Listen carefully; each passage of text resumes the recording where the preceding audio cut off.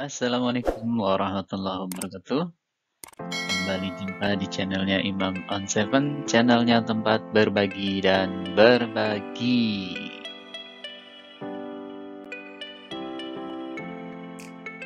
Kesempatan kali ini kita akan mengikuti pembelajaran tema 2 persatuan dalam perbedaan subtema yang kedua.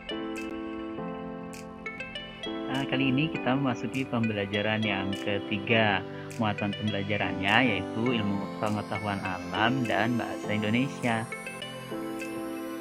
Pembelajarannya kita akan membahas tentang menyajikan peristiwa penting tentang semangat persatuan dan kesatuan, lalu menuliskan laporan tentang cara hewan menyesuaikan diri dengan lingkungannya. Siapkan buku paketnya, buku tema 2 halaman 63-74. Jangan lupa juga siapkan buku catatannya dan catat informasi penting yang ada di video ini. Check it out. Menyajikan peristiwa penting tentang semangat persatuan dan kesatuan. Nah, kerjasama merupakan hal yang sangat penting dalam mencapai tujuan sebuah kelompok. Apakah kamu pernah melakukan kerjasama untuk mencapai suatu tujuan? Ya, tentu saja pernah, ya kan? Nah, tahukah kamu bahwa semasa mempertahankan kemerdekaan Indonesia juga diperlukan perjuangan yang luar biasa dan kerjasama dari seluruh rakyat agar kemerdekaan Indonesia tidak direnggut oleh bangsa lain. Ayo, kita pelajari bagaimana rakyat Indonesia berjuang mempertahankan kemerdekaan di Ambarawa. Pertempuran Ambarawa. Pada tanggal 20 Oktober 1945, tentara sekutu di bawah pimpinan Brigadir Bethel mendarat di Semarang dengan maksud mengurus tawanan perang. Kedatangan sekutu ini diboncengi oleh Netherlands Indies Civil Administration atau NICA. Namun, ketika pasukan sekutu dan NICA telah sampai di Ambarawa dan Magelang untuk membebaskan para tawanan tentara Belanda, para tawanan tersebut justru dipersenjatai sehingga menimbulkan kemarahan pihak Indonesia. Pada tanggal 26 Oktober 1945 di kota Magelang terjadi pertempuran antara pasukan Tentara Keamanan Rakyat atau TKR dengan pasukan gabungan Inggris dan NICA. Insiden tersebut terhenti setelah Soekarno dan Brigadir Bethel melakukan perundingan dan memperoleh kata sepakat. Namun, tentara sekutu mengingkari janji.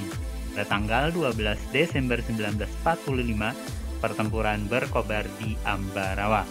Kolonel Sudirman langsung memimpin pasukannya yang menggunakan taktik gelar supit urang atau mengepung rangkap dari kedua sisi, sehingga musuh benar-benar terkurung.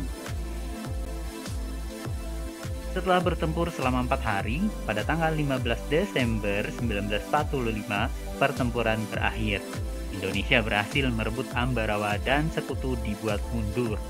Kemenangan ini diperoleh berkat kerjasama dari seluruh rakyat di Ambarawa. Kemenangan pertempuran ini kini diabadikan dengan didirikannya Monumen Palagan Ambarawa dan diperingati sebagai Hari Jadi TNI Angkatan Darat atau Hari Juang Kartika. Nah, setelah kita membaca teks, kita akan melengkapi peta pikiran seperti ini dengan menggunakan kalimat efektif tentunya dan menggunakan kata tanya apa, mengapa, siapa, bagaimana, kapan, dan di mana. Nah, saat membuat peta pikiran akan lebih baik jika kita menggunakan kalimat efektif. Peta pikiran dapat membuatmu lebih mudah mengingat informasi penting tersebut.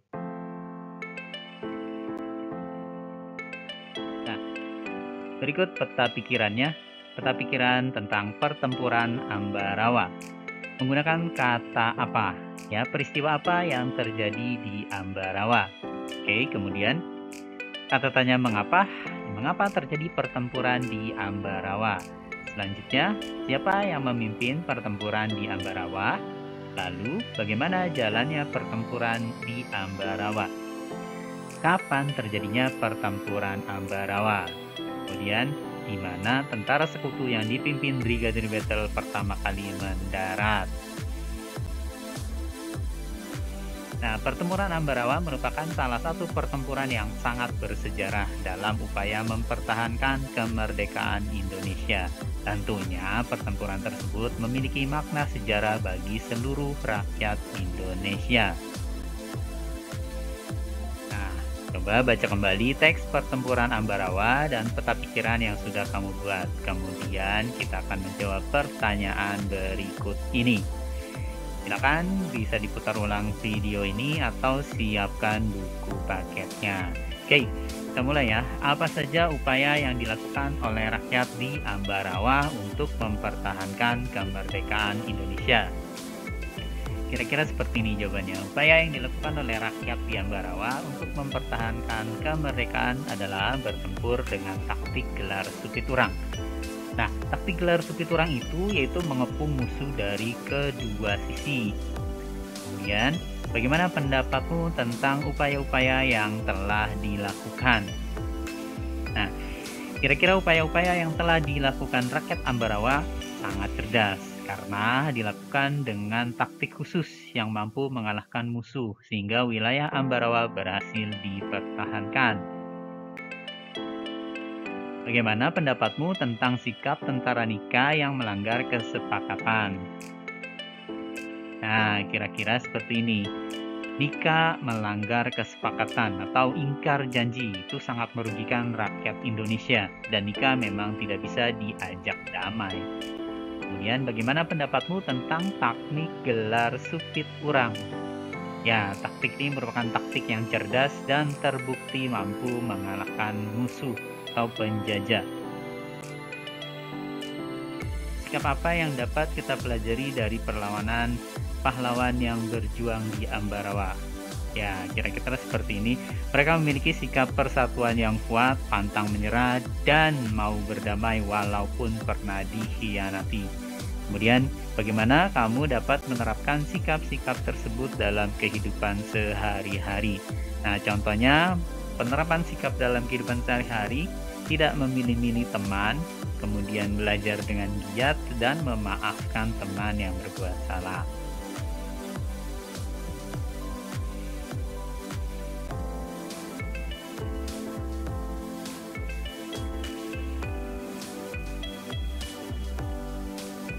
Nah, tahukah kamu bahwa untuk memenangkan pertempuran di Ambarawa diperlukan kerjasama, persatuan, dan taktik agar bisa menang?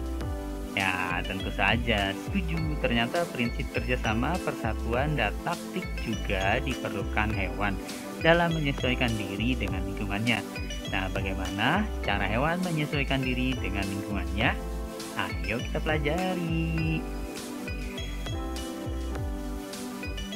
Contohnya hyena.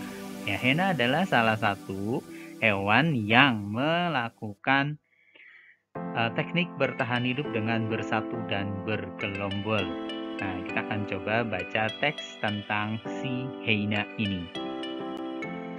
Hyena adalah hewan paling pintar di dunia. Apabila ada anggapan bahwa simpanse, anjing, atau lumba-lumba adalah hewan terpintar saat ini, mungkin pernyataan tersebut betul, namun kurang tepat. Menurut penelitian, hewan terpintar di muka bumi adalah hyena. Dr. Sarah Benson Amran dari University of St. Andrews mengatakan bahwa hyena adalah hewan terpintar karena binatang tersebut dapat mengatasi masalah secara naluri dan juga dapat berhitung. Dalam penelitiannya, Sarah berhasil menyimpulkan bahwa tingkat kepintaran seekor hewan ditentukan dari cara mengatasi masalah.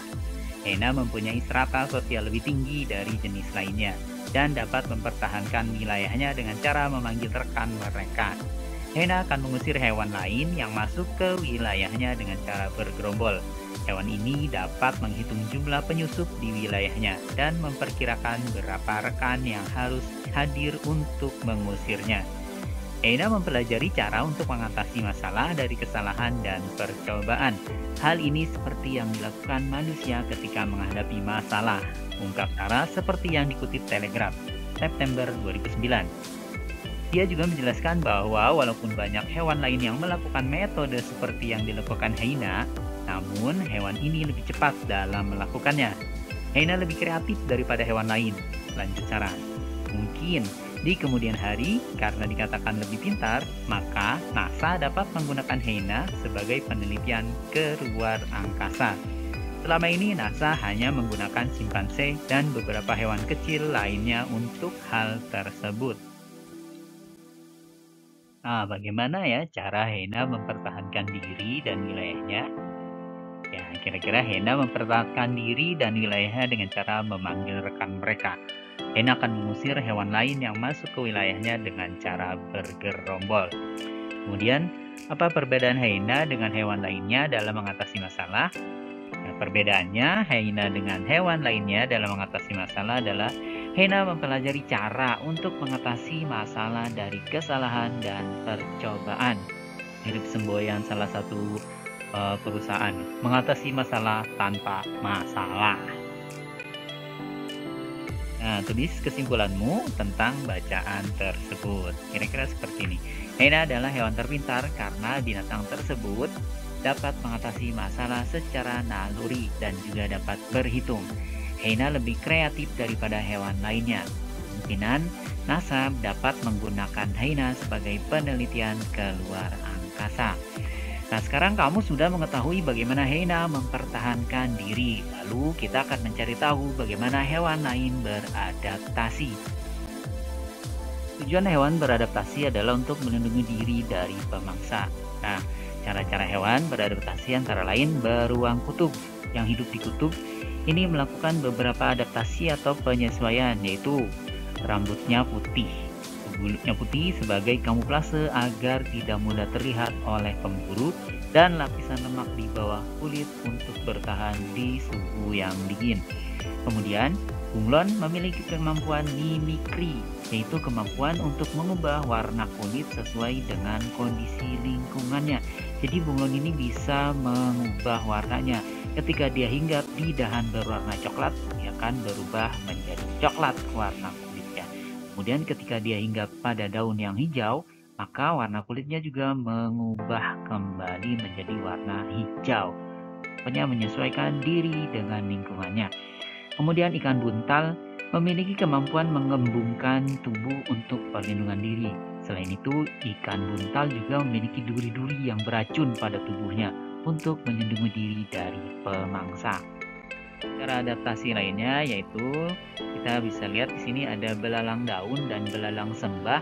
Ini menggunakan teknik atau cara yang namanya kamuflase. Jadi warna tubuhnya yang hijau, ketika dia hinggap di daun yang berwarna hijau, maka dia akan terlihat seperti daun atau berkamuflase seperti daun. Namun tidak seperti bunglon ya.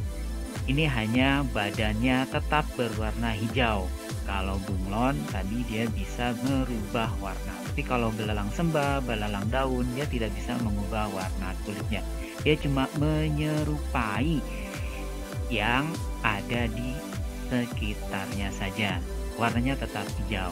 Tapi jika dia hinggap di dahan yang berwarna coklat, maka si belalang daun atau si belalang sembah ini tetap berwarna hijau. Atau jika belalang sembahnya atau belalang daunnya berwarna seperti kulit pohon, maka dia akan tetap seperti itu. Dan ketika dia hinggap di daun yang berwarna hijau, warna aslinya tetap terlihat. Hanya mengkamuflase, menyamarkan dirinya di tempat yang sesuai dengan warna badannya. Oke, lanjut, mimikri. Nah, ini dia bunglon ya. Bunglon ini bisa mengubah warna kulitnya. Jadi ketika dia hinggap di dahan berwarna coklat, dia akan berubah coklat. Di dahan berwarna merah, dia akan berubah menjadi merah. Oke, lanjut. Yang ketiga adalah autotomi atau melepaskan bagian tubuhnya. Nah, ini dapat ditemui pada cicak atau kadal. Kadal atau cicak ini dapat melepaskan ekornya ketika mereka sedang terancam. Nah, nanti mangsanya akan mengejar ekornya, karena ekornya ketika diputuskan atau ketika dilepaskan akan bergerak-gerak. Jadi pemangsa akan berfokus konsentrasi pada ekor si cicak atau si kadal, sedangkan si kadalnya segera melarikan diri atau bersembunyi. Kemudian menggulung diri. Ya, hewan yang dapat menggulung diri ini terenggiling. Ya, atau ada juga armadillo. Nah, Terenggiling melakukan penyesuaian diri dengan menggulungkan tubuhnya membentuk spiral. Cara ini dilakukan untuk melindungi diri dari serangan musuh. Contoh hewan lainnya yaitu lipan, terus keluing atau kaki seribu, dan lain-lain. Ayo kita cari tahu bagaimana hewan-hewan berikut menyesuaikan diri. Ya, kalian tentu pernah melihat cumi-cumi. Ya, cumi-cumi akan melindungi diri dari mangsanya dengan cara mengeluarkan cairan atau tinta hitam jika dalam keadaan bahaya. Tinta ini akan mengejutkan si pemangsa dan mengalihkan perhatiannya. Kemudian, ada walang sangit yang akan melindungi dirinya dari musuh dengan cara mengeluarkan bau busuk dari tubuhnya yang berguna menghalau pemangsa dan memberi peringatan pada walang sangit di sekitarnya. Kemudian siput. Nah, siput melindungi diri dari musuhnya dengan cara menggunakan cangkangnya. Siput memiliki cangkang yang berguna untuk melindungi diri dari serangan predator. Nah, setelah kita melihat, membaca, dan memahami tentang cara beradaptasi pada hewan, kita akan menuliskan kesimpulan tentang cara hewan beradaptasi pada diagram berikut ini. Nah, diagramnya kita gambarkan sebagai berikut. Cara hewan beradaptasi. Bunglon beradaptasi dengan mimikri, yaitu mengubah warna kulitnya sesuai dengan tempatnya berada. Kemudian walang sangit melindungi diri dengan cara mengeluarkan bau yang menyengat atau busuk. Lalu ada cicak beradaptasi dengan autotomi, yaitu melepaskan ekornya saat terancam oleh pemangsa. Kemudian cumi-cumi beradaptasi dengan mengeluarkan tinta. Lalu siput adaptasinya dengan cara masuk ke dalam cangkangnya. Kemudian belalang sembah yaitu melakukan kamuflase, menyesuaikan diri dengan kondisi tempat sesuai dengan tubuhnya. Kita sampai pada kesimpulan bahwa pertempuran Ambarawa merupakan salah satu pertempuran yang sangat bersejarah dalam upaya mempertahankan kemerdekaan Indonesia. Kemudian cara hewan beradaptasi yaitu dengan cara kamuflase, mimikri, autotomi, dan lain sebagainya. Silakan kalian catat di buku catatannya sebagai bahan pembelajaran di rumah. Sebagai penutup pembelajaran hari ini, silakan kalian mengerjakan latihan soal yang ada di buku paket halaman berikut. Atau kalian juga bisa mengerjakan latihan soal online pada link yang disertakan di deskripsi video ini. Dan jangan lupa like, subscribe, dan share video ini kepada teman-teman kalian agar kalian tidak tertinggal video pembelajaran berikutnya.